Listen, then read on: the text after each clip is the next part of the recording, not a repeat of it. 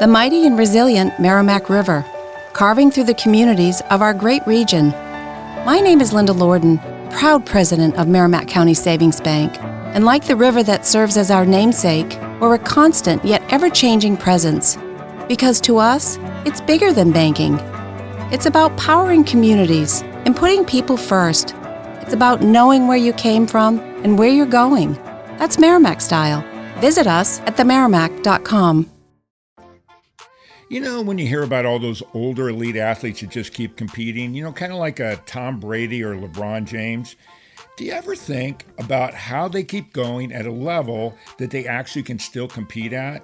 Well, obviously, it's a plethora of things, but did you know that many of them, these guys included, do hyperbaric oxygen therapy? In today's episode, Teri Swanson, she joins me. Her company, All Creatures Hyperbaric Care, provides hyperbaric oxygen therapy for pets. Now, you heard me right. Your pets can get hyperbaric oxygen therapy too. Now, if you don't know what it is, in the simplest terms, it's giving pure oxygen in a pressurized environment. You know how, like when divers are going really deep when they're diving and then they come up to the surface too fast and you see them put them in this big chamber, it's closed? Well, that's to reacclimate to the atmospheric pressure of the surface and then prevent the bends. Now, this is similar to that, but it really is just for therapy. Now, when they get the pure oxygen, it goes to the red blood cells and helps them heal many disorders. One of the things that it does, a very important benefit, it's an anti-inflammatory. And that's the cause for so many of the problems that our pets have. In today's episode, Teri goes into the history and the documented treatments for both on-label and off-label. Now, I found this episode fascinating. It opened my eyes to an option I had never really thought about the possibility for pets. Now, for you guys with your amazing best friends, I know you'll be wanting to listen to all the possibilities too. So many, though, that I actually wanted to do it for myself too. But most importantly, let's give our pets the chance to be the Tom Bradys and the LeBron James of the pet world. For real, for real, for real, for real. For real, for real, for real, for real, for real, for real, for real, for real, for real. Got a bunch of furry friends and I love them all the same. I'm an animal lover, veterinarian is the name. Let's share some pet stories from heartwarming to strange, losses and gains, from wacky to insane. For real. You're now tuned in to For Real with your host, Mark Kyle.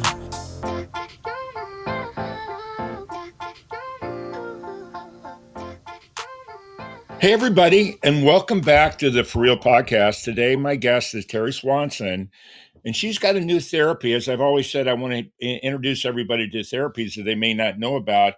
Her business, All Creatures Hyperbaric Care, they do hyperbaric therapy. So first of all, Teri, thanks for joining the show. I really appreciate you being here.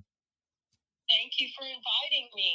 Well, what I wanted to do before we get into hyperbaric, I want to get a little bit into you so everybody knows who you are, how you get involved with this, and then we can get into the details of hyperbaric because I find it fascinating. I've been an athlete for a long time, and I know athletes have been using it on the human side, and I think it's really fascinating what they're doing on the animal side. So first off, let's hear a little bit about you. I know you're here just north of Austin, but how did you get involved in this industry? What's your background? All that kind of stuff. Well, my background is equestrian, and I got by a horse, something very mundane, doing laundry in the house where I could no longer ride. So I started looking for a new job, basically, and I had never worked in corporate or for someone else other than doing horses. So I started looking into it and traveling to some of the top rehab facilities around the nation. And the one thing that got me was the hyperbarics. Cussmark in Kentucky was very kind and said, you really need to look into this. And, they explained everything about it. So I have a girlfriend, Susan Lowry, who is my business partner. And so I came back and I talked to her about it. And we just started looking and learning and traveling. We went to every equine facility that we could go to, University of Tennessee, looking at their hyperbaric facilities. And I just happened to be on Facebook, of all places, and found a hyperbaric instructor, Kevin Corzin. He's been on the Undersea Medical Safety Board for 35 plus years. And I reached out to him, and he was so gracious and said, "Yep, I'm your person. I'm going to train you. I'm going to make you the best."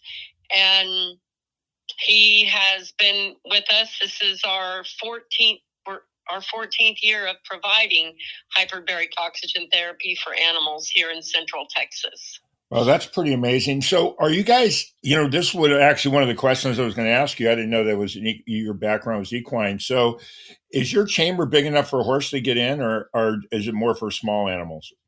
It's small animals. It can do like 350 pounds. We do baby horses. Okay. They come in for several different reasons: failure to thrive, infections, pneumonia, that type of stuff. So we do neonatal foals. Hey, I have a question for you, and this is relative but different. Have you ever treated strangles with hyperbaric? Are you familiar? No, I'm very familiar with that. Yes. Yeah, I'm curious. Very familiar with that. Yeah, because I had an episode. As a matter of fact, it came out this week with a woman that has a rescue. She's saving these a lot of babies from the shelter deals, and a lot of the horses get strangles, and Yes. they don't live very long. So I'm wondering, would that be something that could potentially help that or not? Do you think? Oh yeah, hyperbarics. Yes, there's only one facility in Texas. It's probably been going for about 9 years, and it's in Weatherford. That's equine based, and it's a equine sports medicine, I think it is, in Weatherford has the equine chamber, and it's definitely. I mean, I don't know if they use it because you would have to scrub that chamber out from top to bottom with a communicable disease like that. Okay. So I don't know if that's within their scope of business to be able to handle that kind of infection. Yeah, I was just thinking she's actually up in Arkansas, but it may be an option for her down the road or something like that, because they get all these, and it obviously goes to the whole herd of babies end up getting it. Oh, yeah. It sounds terrible. But let's get back to you. So you get trained, and now is this guy the guy that you learned it from, the underwater guy? Is he in Austin? Is he in Texas? Yes. Oh, cool. Yes. Well, that's way cool. Yeah, he trains. He has several hospitals that he does all the safety training and certifications for. On the human side, he also has several places that he installs and maintains chambers around the U.S. Wow. He is never home. He is constantly on the go. That's crazy. I do want to get into the diving thing, because I've got some questions about that too. So anyway, so he trains you. What's the next step then? What you guys bought your own chambers? I mean, what happens next? Right. So originally we started out to be in the equine industry. Right. Unfortunately, even though we got an approval for an SBA loan, there was no bank willing to loan on almost $1 million to set up an equine chamber, even though we had the 20% down.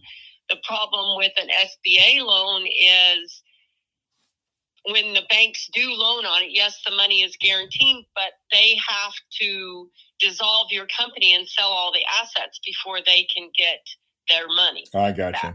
So their question to me is, well, where do we sell this if you were to fail? And we're like, sure. Oh, I don't know who would want to buy, a chamber and get it set up. So I called my hyperbarics guy and I said, well, what about if we did small animals? And he said, works same thing, easy peasy. So we actually took one of our show horse trailers and turned it into our first mobile unit, and we were mobile with it.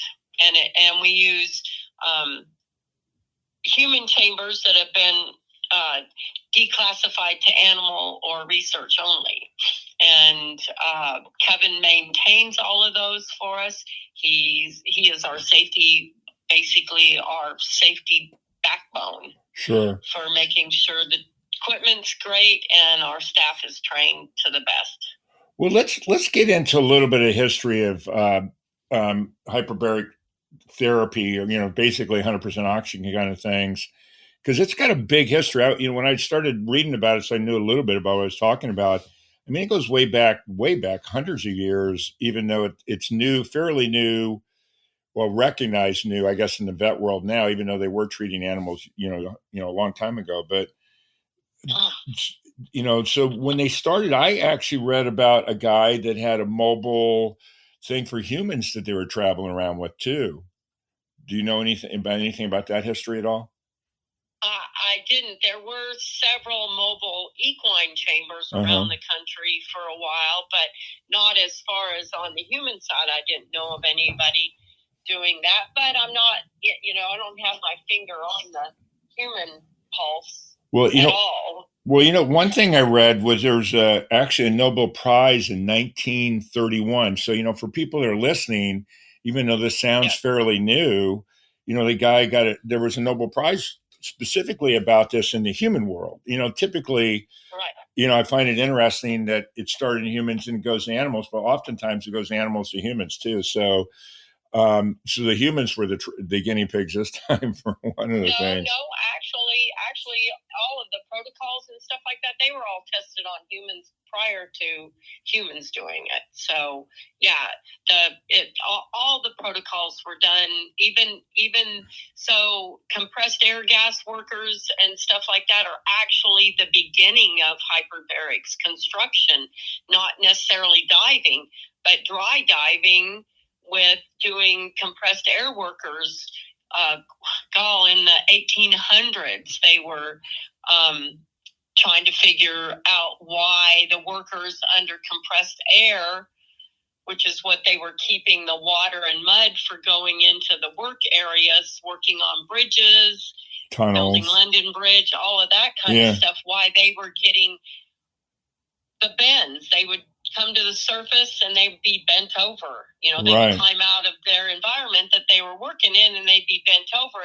But the poorest of the poor worked in those environments, so they crawled to work every day if they had to. But once they got back down to pressure, they felt perfectly fine because the nitrogen bubbles had been compressed and were no longer putting pressure in the joints, in the muscles, in the cerebral fluids, in the spine. All of that stuff was being affected by the amount of pressure they were working under. And I've tried to find a different term for pressure, but there really isn't. It's not a pressure that you feel, right? Because it's the air is compressed, but the body physiologically is affected by those pressures, the gases in your body. Right. So one of the things, a question I had, and we haven't even got into the therapy, but I was thinking about divers who are going down and they're under pressure and they're getting oxygen. Are they healthier? I mean, at some level, because, you have to, I know I've been diving before. We have to, acclimate as you go 10 feet, 20 feet or whatever it is. Mm-hmm. But is there any evidence that these guys that dive a lot actually have better, less inflammation? Not really, because they're diving on air, which is 21% okay. oxygen. So the medical side of hyperbarics is 100% oxygen. Okay. So, but they also do not, they've tried doing exercising in hyperbarics under, and they always say don't exercise in a hyperbaric chamber with oxygen. Now, whether that makes you metabolize it faster is my assumption on it. I have never dove into that to find out. But are you familiar with Dominic D'Agostino at University of South Florida? No.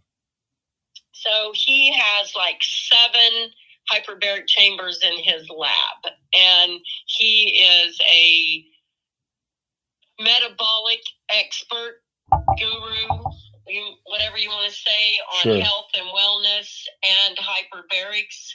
He has some studies out there that would just blow your mind on using hyperbarics. Well, as an example, give me one. Do you know? Well, he and his team, how I met them was we were using hyperbarics for cancer patients.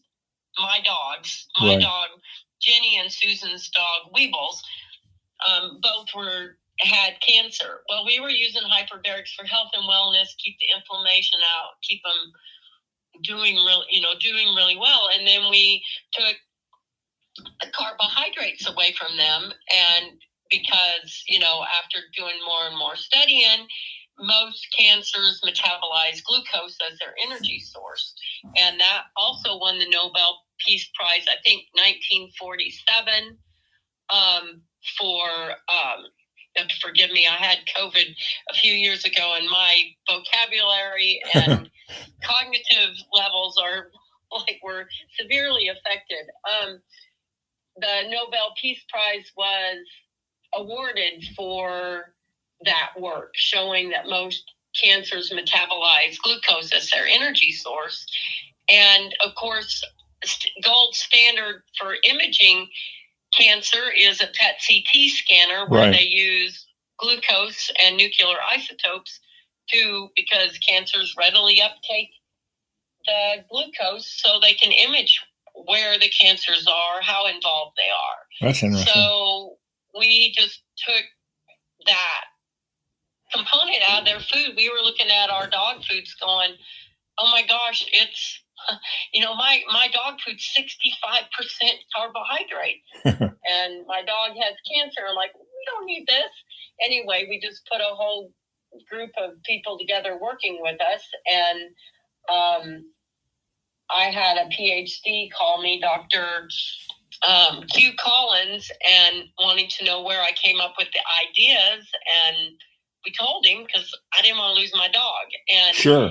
He sent me a study that had just been published, proving that the use of a ketogenic style diet and hyperbaric oxygen therapy, the animals gleaned 80% longevity of life in a study module. Right. And so we ended up being introduced to that wonderful team down there at University of South Florida. And it was just amazing to get to work with them and see the difference in the metabolic change in diet and hyperbaric oxygen therapy. So that's kind of how we evolved even more towards food. That's how we met Christy. I figured. And the people in the nutrition side, we were already doing it, but we didn't have the capabilities of doing, honing down on, like, say, the ketogenic style diet. Right. And, but we learned from Dom and all of his people there, and there's a lot of podcasts that he has done, and Dr. Angela Toff, and just so many great people there that we got to be friends and work with, that is about saving lives and, having better quality of life. So hyperbarics has a huge realm, as you're finding out, with the, construction industry, the diving industry. Then you go to hyperbaric medicine, and then you go to hyperbaric veterinary medicine. So there's a long trail of, like you said, several hundred years of it evolving. Well, let me ask you a question. So I want to get back to your dogs and the cancer. So you get rid of the glucose and you give them basically a protein high diet, right? So then... No, it's actually a fat high Oh, fat high diet. I'm sorry. Our dogs weren't on as high a fat to where it would be considered therapeutic. They were on a lifestyle diet, which was about 1 to 1 or one fat gram per carbohydrate or protein. So you would have to almost 2 fat grams when we, because we were just mixing up foods and just going on how the dogs were doing. We weren't studying the macros like what University of South Florida was doing. But it made a huge difference in them. So when you were on the keto diet, what's the theory that when you're doing the high oxygen treatment, what are they saying? What is that doing to increase your longevity, I guess, at the end of the day? So it boosts the immune system and it takes out the inflammatory response in the body. All disease and all injury processes include an inflammatory component. Right. And hyperbarics is one of the strongest anti-inflammatories without the side effects of some of the drugs and stuff like that are like immune. It drops your immune system down. Hyperbarics picks up the immune system and drops the inflammatory system. One hyperbaric session changes the genetic. Let's see that. My brain doesn't want to work. I'm sorry. No, that sounds like my brain every day too. I know what I want to say. The mitochondria, it affects the gene expression in 4,000 genes. One session turns on the inflammatory or the anti-inflammatory and turns off the inflammatory genes. But the body wants to return to that homeostasis level by switching them all back off. That's why hyperbarics is considered an accumulative therapy. You have to repeat it until the body basically said, oh, I'm not supposed to have all that inflammation. Yeah, so retrains itself. Right. For real. And we'll be right back. We are supported by PrepVet, providing stem cell therapy for pets. As a pet lover, did you know your pet can benefit from the incredible healing power of stem cell therapy? Prep Therapy offers a groundbreaking solution taken right from your pet's own blood. Say goodbye to joint pain, arthritis, kidney and liver conditions, and more. They'll experience faster recovery, increased vitality, and extended quality of life without the need for surgery or harmful drugs. Put the wag back in their tail and discover Prep Therapy today at PrepVet.com. Save 10% with promo code FurRealPodcast, covered by most pet insurance. Early holiday deals are here, and so are amazing deals at Amazon. You'll save so much on early holiday beauty gifts, like hair care, makeup, and skincare. You'll have money left over to get your bro the big bottle of cologne. Just remind him one spritz is enough. Or waterproof mascara for that one cousin that makes you laugh till you cry during the family photo shoot. Say cheese! Oh, what fun it is to save. Shop early holiday deals now. So let's get a little bit more into hyperbarics from a standpoint, because you're in, and I really want you to expand upon it so people can understand it. You're in a chamber that has pressure and it's 100% oxygen. But let's walk through the process and talk a little bit about what that's doing, because I know it gives you 100%. It gives more the red blood cells more oxygen and all that. So can you kind of, obviously, I just know the basis of it, but can you get a little bit more into that so people can understand? Sure. Like I said, the word pressure is right. I get it. Use, but it's the only one that's available. You need to take the animals don't feel anything in the chamber other than going up and down in an airplane. The pressure, barometric pressure changes in your sinus cavity and your ears. Right. So they don't feel this pressure, and it's called a dry dive. So the process is when they come into us, we check them over, make sure they don't have any type of oils, pesticides, or any of that sort of stuff. We put them in the chamber. They get a little bit of water on them to prevent any static electricity in the chamber, and we slowly add more oxygen while we're flushing the ambient air out, because it's 21%. We start our dives once the chamber reaches 75% oxygen. We start adding more oxygen to increase the barometric pressure inside the chamber. Most of the animals just go to sleep. We don't allow them to go to sleep when the chamber is moving, going up, going down in pressure or coming back up to the surface.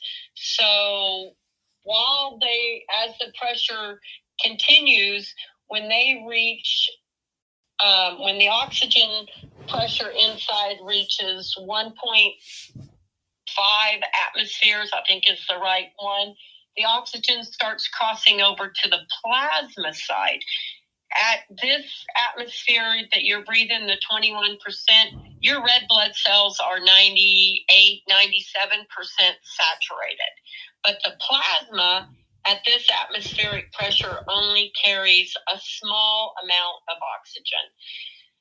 But under hyperbaric pressure, depending on the pressure and how long you're in the chamber, the plasma side, which you're breathing the oxygen in, it crosses the blood-brain barrier at 1.5 atmospheres, can carry up to 20 times more oxygen than your red blood cell side, which is 98% saturated before you even get in the chamber.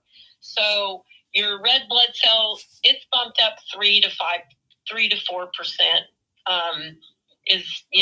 So it's 99 to 100% saturated, but that's just 3 or 4 points is all. Mm-hmm. Your plasma can reach every part of your body, the microcirculation, the vascular circulation, everywhere the plasma goes, the brain, the eyes, the liver, sure, the kidneys, all of that gets super saturated with up to 20 times more oxygen. So it bypasses any of the inflammatory stages going on in the body, no matter where they are. The plasma bypasses that through the microcirculation and gets those damaged tissues a lot of oxygen so they can survive. Some of our protocols are when they come in from ER, or we may do 3 or 4 sessions within 24 hours, all of them always 4 hours apart. But some of our trauma patients come in with, huge amounts of damage, and we will do them 4 hours in between. Our snake bites, crush injuries, pneumonia, near drowning, electrical shock, all of that type of stuff. We have protocols that we have worked on for the last, 14 years to try to perfect those with the animals. So how long is a typical session when they're doing that? I saw a bunch of different things, so I'm not quite sure what that is. So we follow what's on the human side, because that's where we learned. And when we started this endeavor, there was really no place to go learn on the animal side. There were a few places, University of Tennessee, let's see, is that right? Tennessee University in Knoxville had hyperbarics. I believe that was the only university in the United States at that time that had a chamber, and it was large animal chamber. It was a mobile one-horse unit, mm-hmm. Is what they started with. But around Kentucky and Tennessee, the equine industry had been developing the use of hyperbarics for years. And there was a vet that I got to visit with in California that had been doing stem cells and hyperbarics for 30 years. He's, of course, passed away now. But who was that by any chance? It was a Peninsula Equine by any chance? Which one? Peninsula Equine? That one I'm not familiar with. Do you remember the doctor's name? Elman Pintado. Alamo Pintado. I know exactly. Doug Herthal. Yeah, Dr. Herthal. I know Doug. I knew Doug. he's a very, very kind person. And he was one of the people that had the patience to sit down and talk to me because he knew how excited I was about getting in this. And knew I really had nowhere to start other than where I was just calling up people and talking to them. Well, he was an amazing guy. You know, they actually have done my stem cell therapy that I have. His son's running it now. Yes. Yeah. That's funny. Yeah. Small world. Yeah. And that it is. And it's, you know, anyway, so since we have Kevin Corzin as our mentor and friend, and he's the one that keeps us going. All of his stuff is, of course, diving and construction and human side medical hyperbarics, both emergency and, you know, wound care and, you know, normal hyperbaric medicine. He runs the whole gamut. So we get all of that help. But our protocols, they are longer. Most of them typically are about 90 minutes hatch to hatch in the chamber. The first treatment a lot of times is a little longer because we need to acclimate the dogs to the pressure changes. And we love the acrylic chambers. I know we get poo-pooed about it by a lot of companies because that they can be damaged by an animal. But most of the animals, our environment's quiet. The owners can be right there to talk to the animals. And they just go in and go to sleep. Well, I would. That was what I was doing. That's what I do. So let's talk about everything it's about an hour and a half, but let's talk about what you're treating, and let's talk about some of the things, let's get some stories of different things you've treated. So people out there that want to know about it, that may have some kind of disorder or whatever, that they may be something they need to look into.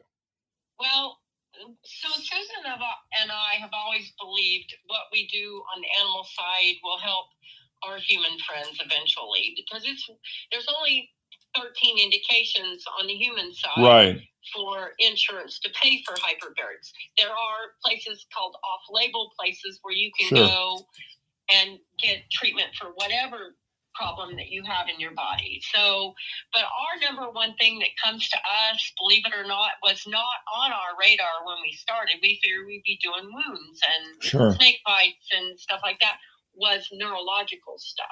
So we were fortunate enough to meet just such great people. One of the people we have had lots of conversation with is Dr. Annie Chevet. She's a neurologist. She had a chamber in Miami. I don't think she's in Miami any longer, but is a neurosurgeon on the veterinary side. And she was doing temporary work here in Texas when we first met her. And she gave us a little more confidence in what we were doing. Most of the animals that come to us, a lot of times we're their last hope. We were not the first thought. But mostly what we treat is neurological here. So when you talk about neurological, are you talking like degenerative myelopathy or wobblers or any of that stuff? On the wobbler, we do all of that. Okay. The number one thing we treat and are successful for is a disease called IVDD. It's invertebral disc disease. Right. And they come in paralyzed, they walk out. We've had wobblers where they've been completely paralyzed with wobblers and they walk out, but wobblers has to be eventually addressed surgically or it's just going to keep coming back. IVDD or invertebral disc disease will actually heal about 60% of the time without any intervention to do what they call conservative care. But it takes 8 weeks of the animal being paralyzed and not being able to use their bowels and not being able to use their bladder properly. So we make going through conservative care with those dogs so easy because we generally get them up standing within a week, control their bladders, and they make that healing process quicker but yet easier on the pet owner where they don't give up on their pet. Sure. And then the other one is strokes. Strokes Really? is a huge thing on the human side. And we have treated a lot of strokes that we don't have. All we have is symptoms. Most of the animals that come to us, they can't afford advanced imaging, and they wouldn't do advanced imaging if they weren't going to proceed with surgery. Right. So our stuff is strictly on just seeing the animals react to what we do. Sure. So, but we have what we... So basically you're looking at systematic treatment, basically. Correct. Okay. But the neurological stuff is absolutely just mind-boggling. We watch them be completely paralyzed, go in the chamber, and then stand up. So there's a new book put out, and I'll make sure you get a link to it. Sure. By an MD in Israel, that he's a neurosurgeon, and what he couldn't figure out is he would see people that were being treated for diabetic foot wounds, but they would come in after having a stroke and be in a wheelchair, and they would get up and walk out, and he'd go, well, this isn't supposed to be happening, but it is happening. Yeah. So he dove further into that. And he now treats close to, this is going to blow your mind, 350 patients a day at his facility. Oh my God. I know, is that not amazing? Anyway, he put out a book, it's called Beyond Normal, because when people have catastrophic injuries and animals have catastrophic injuries, if we can get them to this point, that's all the better they're going to get. And this is going to be your new normal. Hyperbarics pushes that new normal back to almost 100%. So, and then, it's a very, very interesting book, and it just came out a couple of weeks ago. I have not parched all the way through it, but it's pretty amazing, his travels and his learning on the human side for hyperbarics.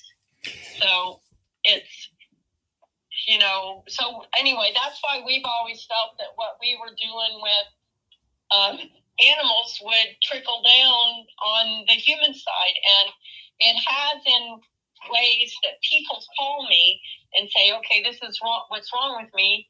How can I get hyperbarics? Where can I get it? And will it help? I have sent several people with strokes to off-label facilities and have complete recovery. Well, this is incredible. I think it's awesome. To get back where we were talking about, this is really fascinating. One of the things I was thinking about when you're talking about the plasma, in plasma there are platelets, and platelets have anti-inflammatories. So I'm wondering when they're oxygenating this stuff, if it's actually creating a bigger number of platelets, which has got these anti-inflammatory healing factors, right? I wonder if that also increases that. It makes me think about different things.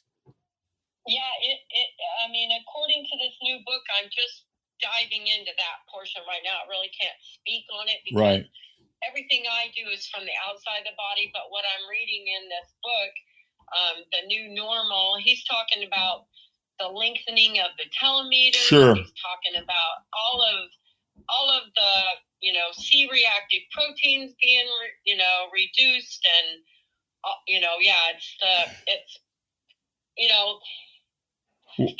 very few things like hyperbarics have the science and the physics behind it. Well, just to interrupt, I'm sorry, but one of the things that I had read is that there's an increase of stem cells, which is obviously where my background comes to, right?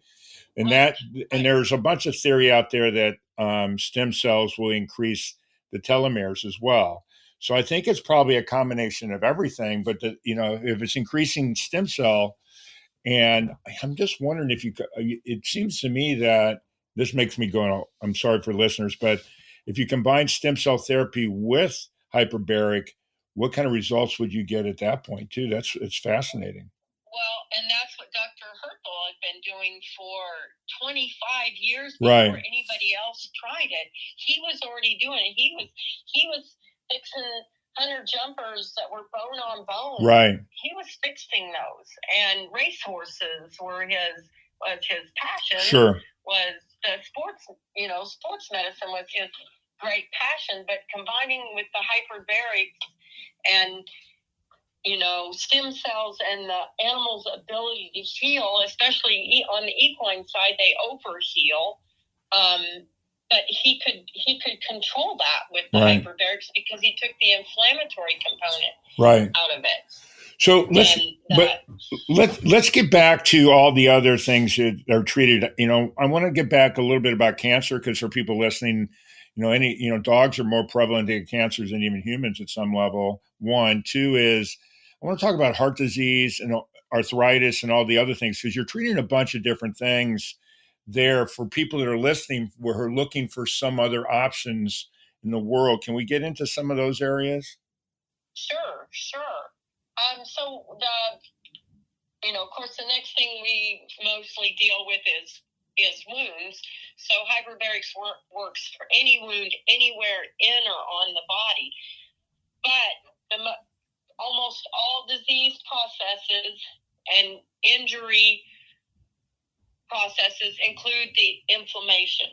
Right. So it doesn't matter whether you're having trouble with a neurodegenerative, with a cardiac episode, with arthritic or joint diseases. All of that stuff has a inflammatory component, no matter whether you're a human or an animal. Wow. So you've treated getting back to cancer. So I know you did it with your dogs. Have you treated many animals that have cancer? Obviously recommending a non-glucose diet, but treating them as well and giving them I know you said 80% earlier, they're getting their longevity and a quality of life. So Susan and I brought a project to Texas called Keto Pet Sanctuary. Okay. And we completely put that project together from the ground up. And it was treating rescue dogs with cancer with a ketogenic style diet and hyperbaric oxygen therapy. That was the main component of the facility. But if the animals needed chemo, radiation, surgical oncology, they got it. It was a treatment facility, not a research facility. Right. So, and we definitely seen the longevity of life with the animals. It was, but we had no way of knowing how long those dogs had cancer because they were abandoned in shelters. Oh, you do? Oh, that's cool. So, and we parched through it, have histopathology, we have, all their records on glucose, they had blood work every single month, a full round of blood work. Wish I'd have known a little bit more about the C-reactive proteins and their component with cancer. We didn't really know about that. We're talking like 10 years ago we were doing this. Anyway, because we didn't pull that kind of blood work, but the dogs all received ultrasound every month, x-rays if we thought they needed it. We tried not to use x-rays if we didn't need it because that's radiation. And then they also received, we had an on-site PET CT scanner that had all the radiological licensing from Texas and a radiological vet that read all of that. We always had 2 vets on site whenever we ran the PET CT scanner with the animals in it. So we had, a lot of information on seeing these cancers get smaller. Mm-hmm. But were we just addressing the inflammatory component on cancers at that time? Because most cancers, when they do like fine needle aspirates and stuff like that, and you do a small biopsy, a lot of times they miss the cancer cells and they get the inflammatory cells, which are the beginning of the cancer. So that is what hyperbarics addresses. The ketogenic diet itself is anti-inflammatory, and I think was the biggest component on health and wellness for the animals, and it's the biggest component for health and wellness outside of keto pet, because most people can't afford to do the hyperbarics that way. We just use it then as health and wellness, not as treatment for it. Well, one thing I read one thing though, that the hyperbaric also helps repair the damage from radiation. So if they're going through radiation, yes, it helps repair that as well. Right. So that is a paid indication on the human side. Sure. So we know it must work, because if you have what's called radiation necrosis anywhere in your body, once you have radiation in your body, it continues to work. It continues to break down healthy tissues. It also does break down the cancer tissues, but hyperbarics help stop the egregious effects of the radiation. It also sensitizes many of the cancers. They are now doing studies on many of the cancers. It helps the chemo and the radiation penetrate those cancers more easily, more readily, I guess you'd say. And so there's kind of a double component. You get your health and wellness, sure, and you get potentiation of the cancer therapies that you are going through.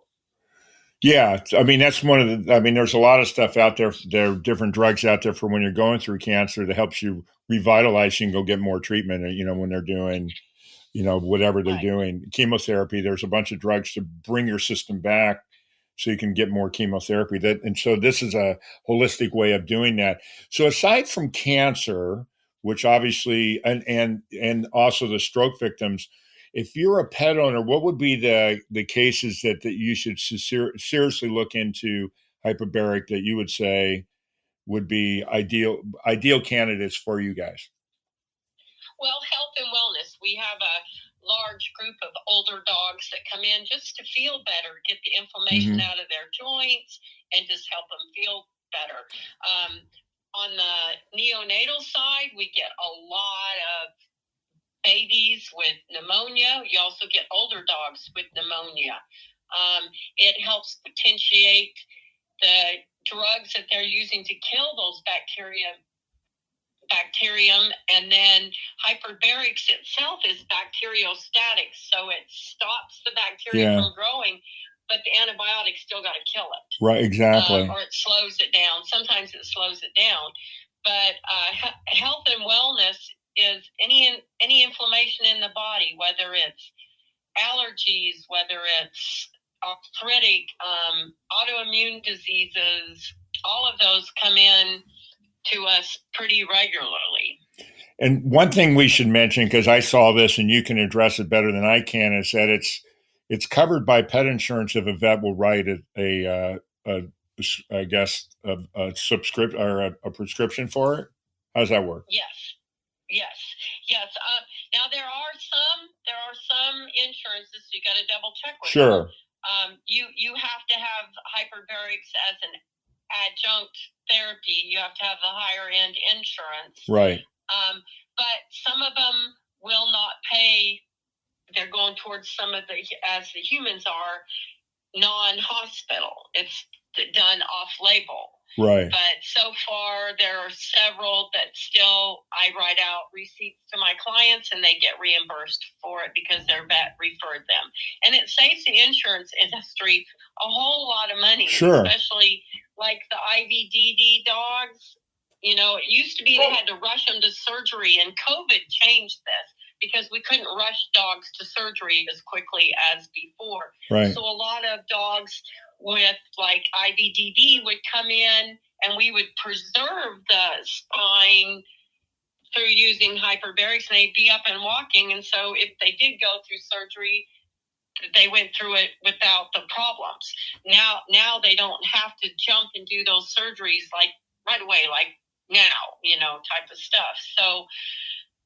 So we know that those components have changed. It's $12,000 to $15,000 to do advanced imaging, and then go to surgery on some of the spinal issues with the animals. So if hyperbarics prevents that from happening, taking the daily inflammation out, it's pretty easily done. And if your vet will prescribe it, I know there's 3 companies that still accept that we provide true hyperbarics. That meaning we provide hyperbaric pressure, not mild hyperbarics. Uh-huh. So when you're doing to get everything. So when you get back, when you're doing like health and wellness for an older dog, I mean, how often do they come there? Once a month, once a week? How does that work? It just depends on what's going on. You have to remember hyperbarics is accumulative. So if you do one treatment, you change those genes expressions, but then they bounce right back. So we always have them come in like 2 to 3 times a month together, back-to-back sessions. Like on chronic disease process, like we have a dog that comes from San Antonio. She comes 3 days every month. She has IBD. She has so IBD is irritable. IBD being irritable bowel. Syndrome, and she has lymphantasia, which is where the gut does not want to metabolize fats at all, and it's also an inflammatory process. And I was trying to think of what else she has. Oh, she was in kidney failure, and her kidney failure has resolved, which we've done a lot of those, and they see it on the human side with the diabetic foot wounds. That's one of the number one things they have go wrong with diabetes. Is wounds don't heal.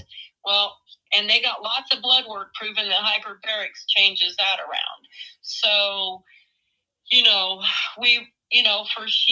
our sessions are $90 a session. She does private sessions, so she comes in 3 days a month for 3 hyperbaric sessions, and she feels she saves the money to drive all the way here from San Antonio. Sure. Who's her doctor? Is it Dan Kirby by any chance? I don't remember. Yeah, not Alamo Pintado, Alamo Heights. Wow, this is really interesting because it's another option. That's what I really like about this. So if everybody wants to get a hold of you, can you kind of put that out there for everybody so they know how to get in touch with you and all that kind of stuff? Well, they can go to our Facebook page, which is All Creatures Hyperbaric Care. Okay. They can message us. They can call me. They can text me. We do have a website right now. It's under construction because we had trouble with the referral system for the veterinary portal was using. So we're tearing it apart because it just wasn't consistent. But that is animalhyperbaricstx.com. And my phone number, you can put it out there on your podcast if you would like. That's fine. It's 254-913-7476. And Susan's phone number is 254-722-1037. She's in the Elgin area and does a lot of the Austin clients direction. So for everybody listening, just go to the description thing, and I'll have we're recording now, but it'll be out there, and I'll have it all in the description thing. You'll be able to find all this stuff. Now, one of the things, I don't know if I talked to you, Teri, at the end of every episode, I always do a silly animal joke. Did I talk to you about that before? I have one for you. I sometimes ask the guests to do it, but because, for you guys to listen, we had all kinds of technical problems, and we're finally be able to get this done. You probably don't remember. So I'm going to tell you a really silly animal joke. It's just what we do at the end of every episode. And I'm going to see if you can get this. And they're just to forewarn you, Teri, they're terrible. So anyways, so here's the joke for everybody listening. I know you're all cringing out there. Why don't dogs go to therapy, mental therapy? Because they're not allowed on the couch. That's how bad they are. Anyways, for everybody out there listening, as I say it every week, is please, if you got a joke that's way better than mine, we all know that, or your kids want to tell a joke, or your grandkids or niece or nephews or whatever, if you email me at mkyle at forrealpodcast.com, I will put them on, record it. I've done it before where other kids have been on. Please do it so it puts me out of my pain and it puts you out of your pain too. But also, lastly, too, if you've got an idea for the show that you think would be good, I respond to everybody. So please send out any information you have, and I'll get back to you for sure. Well, anyways, lastly, Teri, thanks so much for being on the show. I really appreciate it. It's been really informative, way more than I even imagined. I didn't know about all IVDD is a really great example. Especially with what I do with stem cells, I can't wait to talk to some of the vets and talk to them about this as well. But really, thanks so much for being on the show. I really appreciate it.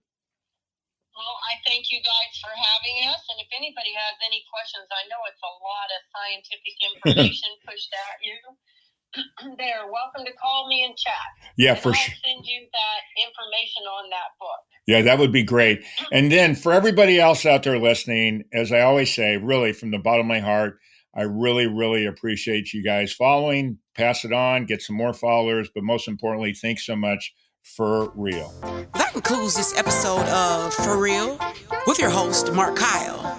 For previous and future episodes of For Real, listen via all major podcast streaming sites.